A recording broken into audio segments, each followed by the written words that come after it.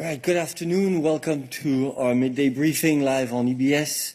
Today is Thursday, the 26th of January. Allow me to start our announcements of the day by extending our condolences and our comfort to the victims of the knife attacks that took place yesterday in Germany and in Spain. As you know, yesterday afternoon, 2 people were killed and several more were injured in an attack on board a train in Schleswig-Holstein in Germany. And later in the day in Algeciras in southern Spain, a man was killed and a priest was wounded during an attack in 2 churches. Our thoughts are with all the victims, their families and their communities. Puis, en revenant aux affaires de la journée, je voudrais vous signaler que la Commission a adopté aujourd'hui ses décisions sur les procédures d'infraction du mois de janvier. Vous trouverez tous les détails sur ce paquet d'infractions dans notre daily. En ce qui concerne les réunions de la journée, veuillez noter que les ministres des Affaires intérieures seront à Stockholm pour une réunion informelle. La commissaire Ylva Johansson, the Commissioner, will be taking part on behalf of the Commission. The Commissioner this morning presented to Ministers the operational strategy for more efficient returns that she presented to the press last Tuesday. Ministers will also discuss a coordinated approach to the challenges of migration at the moment. As you know, that's one of the 2 subjects which will be on the agenda of the Council on the 9th and 10th of February. In the afternoon, ministers will discuss with the EU coordinator in the fight against terrorism about the dialogue with Ukraine regarding internal security as well as on the fight against organized crime in the digital era. The Commissioner will take part in a press conference which will take place around about 5 p.m. and as usual, we would be grateful if you would keep your questions on all of those subjects for that press conference. I have the great pleasure to welcome a group of visitors from France Télévisions who are with us today. I believe it's 17 journalists and editors who are taking part in a seminar about media coverage of the EU's reaction to the war in Ukraine, and I'll be looking forward to meeting you later on after the midday press briefing. Our last announcement, I left my glasses home, so I can't see you as well as normally, so if I can't say who it is I'm giving the floor to, I do crave your forgiveness. Voilà qui clôt nos annonces pour la journée. That's the end of my announcements, and we can now move on to your questions. Nawab, thank you.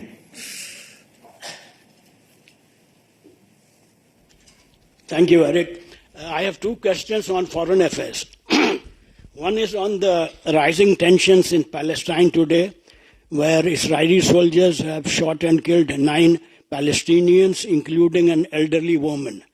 And my second question was on your reaction to the announcement by Iran yesterday to put sanctions on some MEPs and some other European officials.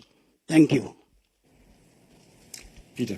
Thank you, Nawab. Indeed, what happened yesterday and what's happening on the West Bank, unfortunately, is illustrating with yet another example what High Representative Borrell was talking about already on Monday, ahead of the FAC, that the situation on the ground, unfortunately, is very dire and worrisome with continued high level of tensions.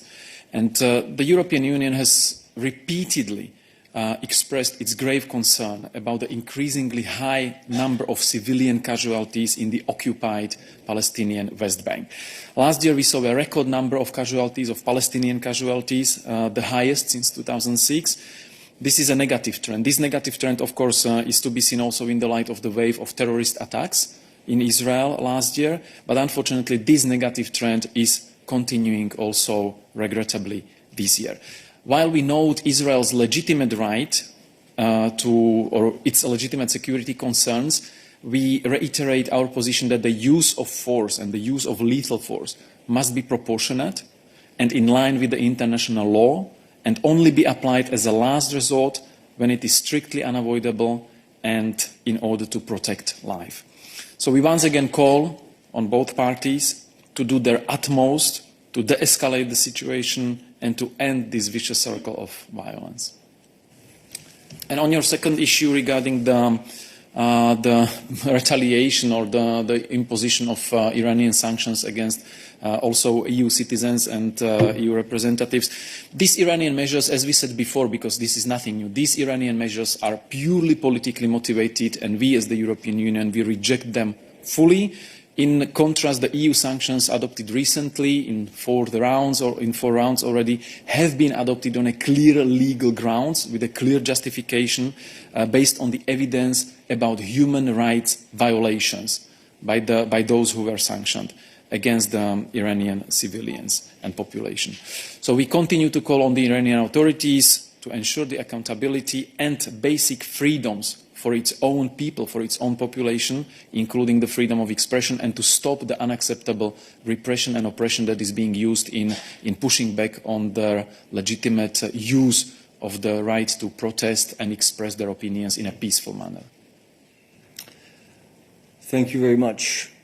Any other questions for Peter on these issues? Nawab, you pulled a fast one on us by treating two subjects at the same time, but we'll pardon you. Any other questions for Peter on this? Please only keep your hand raised in the chat if your questions are on this. Rosie, you have the floor. Please switch on your camera. No? Technical issue? Okay, any other questions on foreign affairs issues for Peter today? David.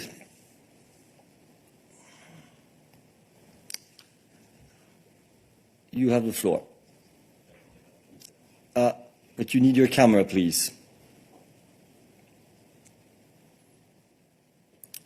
Okay, whilst you try to solve that issue, if you can, we will go to Weiwa.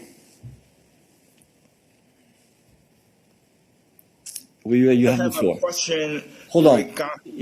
Go ahead. We didn't get to the beginning of your question. Go ahead. Okay, I have a question regarding European Commission's announcement to launch a fellowship program with China.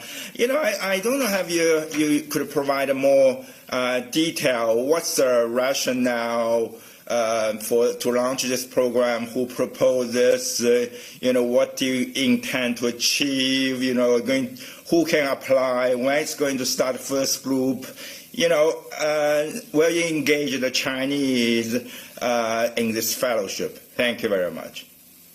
Thank you very much, Weiwa. Well, I think that the underlying rationale to setting up this fellowship program is explained in the chapeau that we published yesterday. It is to further deepen our understanding of China.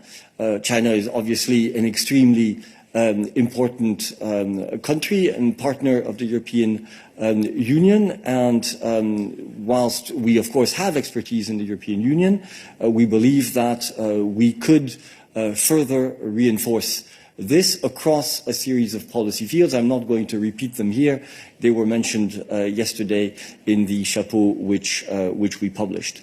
When it comes to when the program will start, well, the first call for expression of interest will be launched shortly. When it comes to who can participate, well, it's open, obviously, as you would expect, to people who can prove to us that they have significant expertise on China in one or more of the policy areas that we have listed yesterday. So that's what I can say on this program. Okay. I see no further questions on this, and therefore we will move to other issues, and I will try to connect again to Rosie. Hi, can you see me and hear me this time? Yes, go ahead. Great.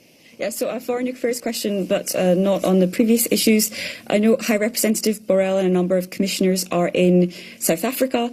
I was hoping to get something on camera about what they are doing there and what they hope to achieve. Thank you very much. Nabila. Hello, Rosie, and thanks for your question. Indeed, the HRVP Borrell and we have several also commissioners for financial and services and financial stability and capital markets, Meret McGuinness, Commissioner for Health and Food Safety, Stella Kyriakides, and Commissioner for International Partnerships, Jutta Urpilainen, who have just landed in South Africa. HRVP Borrell will be participating this afternoon in the EU-South Africa bilateral consultations, and this is ahead of the political dialogue. Tomorrow, the High Representative Borrell will also co-chair together with the Minister for International Relations and Cooperation of South Africa, Dr. Naledi Pandor, the 15th South Africa-European Union Ministerial Political Dialogue, which will take place in Pretoria. The aim of the Ministerial Political Dialogue is, of course, to take stock of EU-South Africa overall cooperation and to prepare the way for the EU and South Africa summit. The ministers will discuss the next steps to further strengthen the South Africa-European strategic partnership. Ministers will, of course, review the strategic partnership focusing on various areas of mutual interests, including peace and security, multilateral cooperation, bilateral trade and investment, vaccine production and health, climate change, renewable energy, the just energy transition, science, innovation, and education. There is a very wide menu here. There will be a press conference. I invite you to follow it and to follow EBS. You have seen probably the daily news also and the media advisory that were published. Thank you. Any other questions for Nabila on this visit and these meetings? No. So let us move on to other issues. I give the floor to David.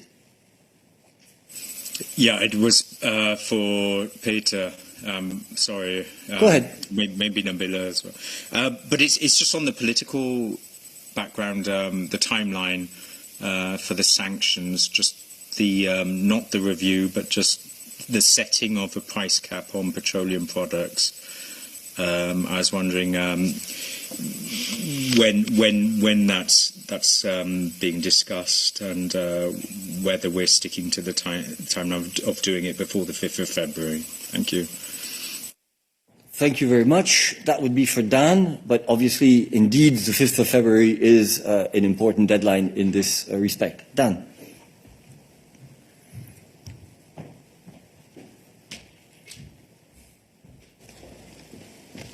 Thanks, David. Indeed, we are sticking to schedule with the ban on the import of refined products into the European Union on the 5th of February. And of course, there are ongoing discussions now with both our G7 partners and with member states on the introduction of a price cap on these products. All I can say at this exact moment in time is that the internal procedures are ongoing. And of course, stay tuned for any announcements that we may make over the coming days on this. David, you have a follow-up. Yeah, could you just confirm that the Commission has made a proposal to Member States about setting the price level for petroleum products in the updated sanctions? Thanks. Dan. Thanks, David. I know that the internal process is ongoing right now. I cannot confirm at this exact moment in time whether that has been transmitted to the Council, but I will check and get back to you. Thank you very much. Okay, let us move on to other issues. Other questions for us today? Sandor. Eric, I hope you can hear me and see me. Yes. Great. So yesterday, a Hungarian minister for European funds was discussing with Johannes Hahn and Maria Gabriel about how to deal with the Erasmus Plus issue, and he said also that the problem is basically solved. Hungary will change the regulation of the board membership of these private universities and everything will be fine. And I would like to know what is the assessment of the European Commission after these talks. Thank you very much. It would be for Miriam, but I think I can say that indeed yesterday the minister met Commissioner Gabriel and Commissioner Hahn, and the discussion, as you know, was part of our ongoing exchanges with Hungary, with a view to resolving the budgetary issues raised under the conditionality case, and they gave reassurance that Hungarian entities that are concerned by the decision can still apply to calls for proposals and participate in the evaluation and selection procedures of the EU programs in direct and indirect management. And as you know, this has concerned specifically Erasmus Plus and Horizon Europe. Now, both commissioners recalled the importance for Hungary to implement the necessary remedial measures under the conditionality mechanism, which is necessary to enable for award decisions on EU funding to be taken later in the process. And to answer your specific point, we will not go into comments as to the comments that have been made, by the minister. As you know, it is for Hungary to make sure that these measures are not only announced, but that they are also fully implemented. This is what we can say on this today. Any other issues for us today? Desislava.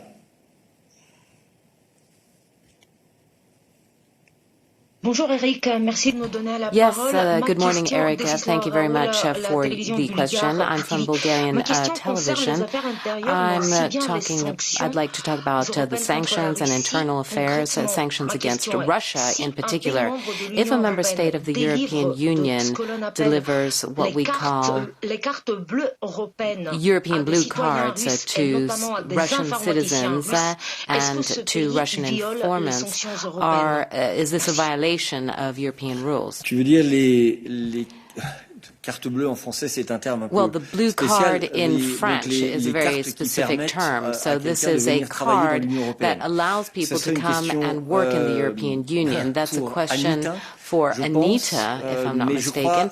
But Desislava, I think we're going to have to take a closer look at that and come back to you bilaterally.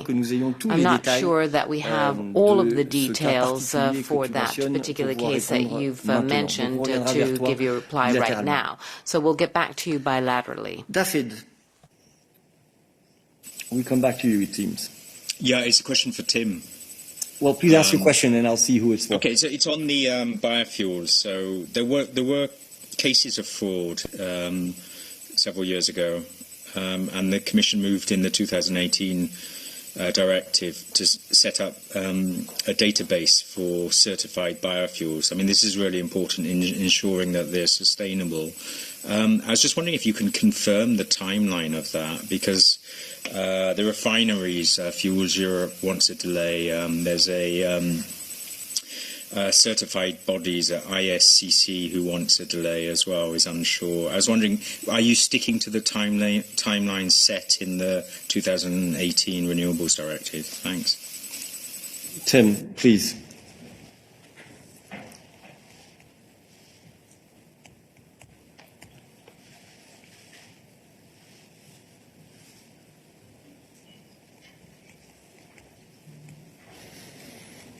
Hi, David. On that one, I'm going to have to come back to you bilaterally, just in terms of where we are in the technical process and setting things up. So we'll follow up by email this afternoon with you. Any other questions on energy for Tim whilst he is on the podium? No. Any other issues for us today? I do not see any hands raised, so thank you very much and see you tomorrow.